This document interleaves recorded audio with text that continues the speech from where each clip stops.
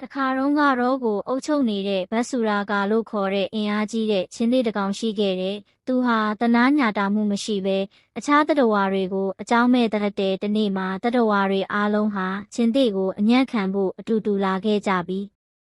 အရှင်ချင်းသေးမင်းကြီးအရှင်သည်ကျွန်ုပ်တို့တွေကိုမလိုအပ်ဘဲနေတိုင်းတိတ်တက်နေပါတယ်။တနေ့လျင်တတဝါတကောင်လိုပါကစာလောင်မှုကိုကျေနပ်အားရဖို့လုံလောက်ပါတယ်ကျေးဇူးပြုပြီးဒီနေ့ကစလို့ကျွန်ုပ်တို့တွေကတကောင်ကိုတင့်စီနေတိုင်းဆက်တော့မယ်လို့သတိပေးပါတယ်အဲ့ဒီလိုသာဆိုရင်တင်ဟာအမင်းလိုက်เสียမလို့တော့တဲ့အပြင်ကျုံတို့ရဲ့အသက်တွေကိုလည်းချွေတာနိုင်ပါလိမ့်မယ်လို့ပြောလိုက်တယ်အဲ့ဒီလိုပြောတာကိုချင်းသိကြီးကသဘောတူလိုက်ပြီ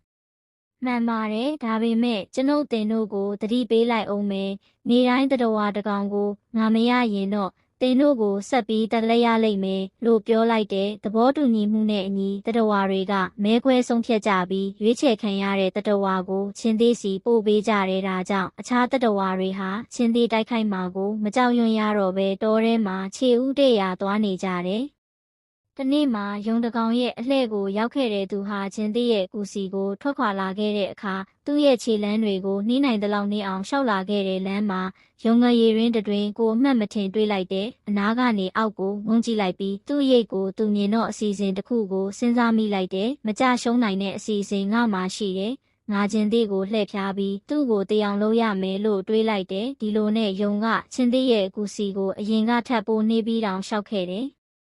နောက်ဆုံးမှာယုံလေးဟာချင်းသေးရဲ့ကူကိုရောက်သွားခဲ့တယ်ချင်းသေးဟာစာလောင်ပြီးဒေါသထွက်နေတဲ့သူဟာသူ့ရဲ့အစာအတွက်တစ်နေ့လုံးစောင့်နေခဲ့ရတယ်သူဟာ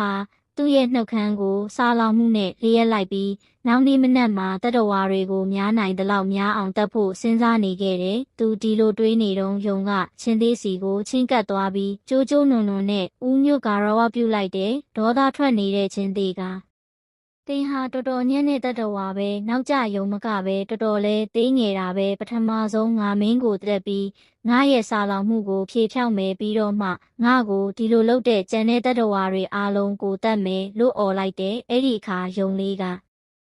အိုးတခင်ဒါကကျွန်ုပ်ရဲ့အမားမဟုတ်သလိုအခြားတတဝါတွေရဲ့အမားလည်းမဟုတ်ပါဘူးတင်ကျုံကိုမတတက်ခင်ရှင်းပြခွင့်ပြုပါလို့ကြိုးကြိုးနုံနုံနဲ့ပြောလိုက်တယ်ချင်းသေးကဟိန်းဟောက်လိုက်ပြီးမြန်လို့ငါဗိုက်စာနေပြီမို့ရှင်းပြမှာဆိုမြန်ရှင်းပြစမ်းလို့ပြောလိုက်တယ်ယုံလေးကဒီနေ့တင့်ကိုဆက်တရမှာကကျွန်တော်အလှဲ့ပါဒါပေမဲ့ကျွန်တော်ကသေးငယ်တဲ့အတွက်တင့်ရဲ့စာလောင်မှုကိုကျေနပ်စေမှာမဟုတ်တာမို့နောက်ထပ်ယုံလေးကောင်ကိုကျွန်တော်နဲ့အတူပို့ပေးလိုက်ပါတယ်ဒါပေမဲ့လမ်းမှာကျွန်ုပ်တို့ကိုစားဖို့အစဉ်သင်းဖြစ်နေတဲ့ချင်းသေးတကောင်နဲ့တွေ့ခဲ့တယ်ကျွန်ုပ်တို့ကကျွန်ုပ်တို့သခင်ရဲ့စာလောင်မှုကိုဂရုပေးထားတဲ့အတိုင်းနေတိုင်းဖြည့်ဆည်းရမှာလို့သူ့ကိုအနူးညွတ်တောင်းပန်ခဲ့ရပါတယ်သူကဟိန်းဟောက်လိုက်ပြီးငါကဒီတော့ရဲ့သခင်ဖြစ်တယ်ဒီနေ့ကစလို့ကျွန်ုပ်ကိုဆက်တရားလိတ်မဲအခြားတကောင်ကိုမဟုတ်ဘူးအဲ့ဒီအခြားချင်းသေးတကောင်ကအယောင်ဆောင်ပဲ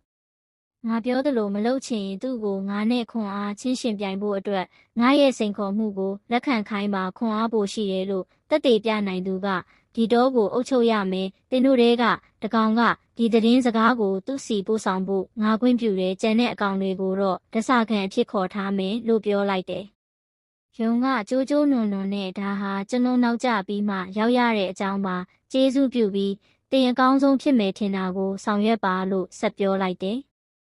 ဒါကိုကြားတော့ချင်းသေးဟာဒေါသတွေပိုကြီးလာတယ်သူဟာဟိန်းဟောက်လိုက်ပြီးဒီအောင်ဆောင်ကိုငါစီချက်ချင်းခေါ်ခဲ့စမ်းငါသူ့ကိုဖျက်ဆီးပစ်မယ်အဲ့ဒီလိုလှုပ်လိုက်ရမှငါဒေါသတွေပြေသွားလိမ့်မယ်လို့ပြောတယ်ယုံလေးကအိုးတခင်အဲ့ဒီချင်းသေးကအလွန်ခိုင်ခန့်တဲ့ကူထဲမှာနေပါတယ်ခိုင်ခန့်လုံခြုံတဲ့နေရာကိုယူထားတဲ့သူကိုတိုက်ခိုက်ဖို့ကခက်ခဲပါတယ်ဒါပြင်သူဟာတော်တော်တန်မာမဲ့ပုံပေါက်ပါတယ်လို့ယုံလေးကမြန်ပြန်ပြောလိုက်တယ်ချင်းသေးကဟိန်းဟောက်လိုက်ပြီ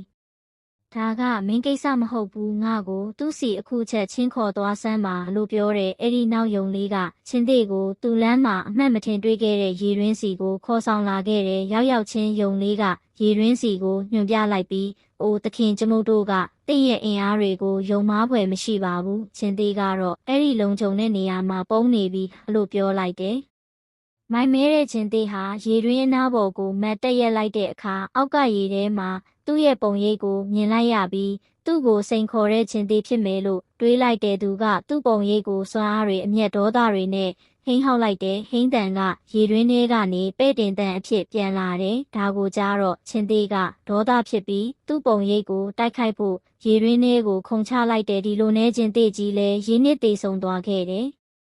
ယုံလေးဟာသူ့ရဲ့အစီအစဉ်ကိုအောင်မြင်အောင်လှုပ်ဆောင်နိုင်ပြီမို့တော်တော်ပျော်သွားခဲ့တယ်။သူဟာအခြားသတ္တဝါတွေစီပြန်တဲ့လမ်းမှာကနေခဲ့ပြီးသူတို့ကိုဘာဖြစ်ခဲ့တယ်ဆိုတာကိုပြောပြလိုက်တဲ့အခြားသတ္တဝါတွေဟာယုံလေးကိုသူ့ရဲကောင်းကဲ့သို့ကြိုဆိုလိုက်ပြီးသူ့ရဲ့ပါနတ်မှုကိုချီးကျူးကြတယ်။အဲ့ဒီအချိန်ကစလို့သတ္တဝါတွေဟာတောထဲမှာပျော်ပျော်ရွှင်ရွှင်နဲ့လွတ်လပ်စွာသွာလာကျက်စားကြတော့တယ်။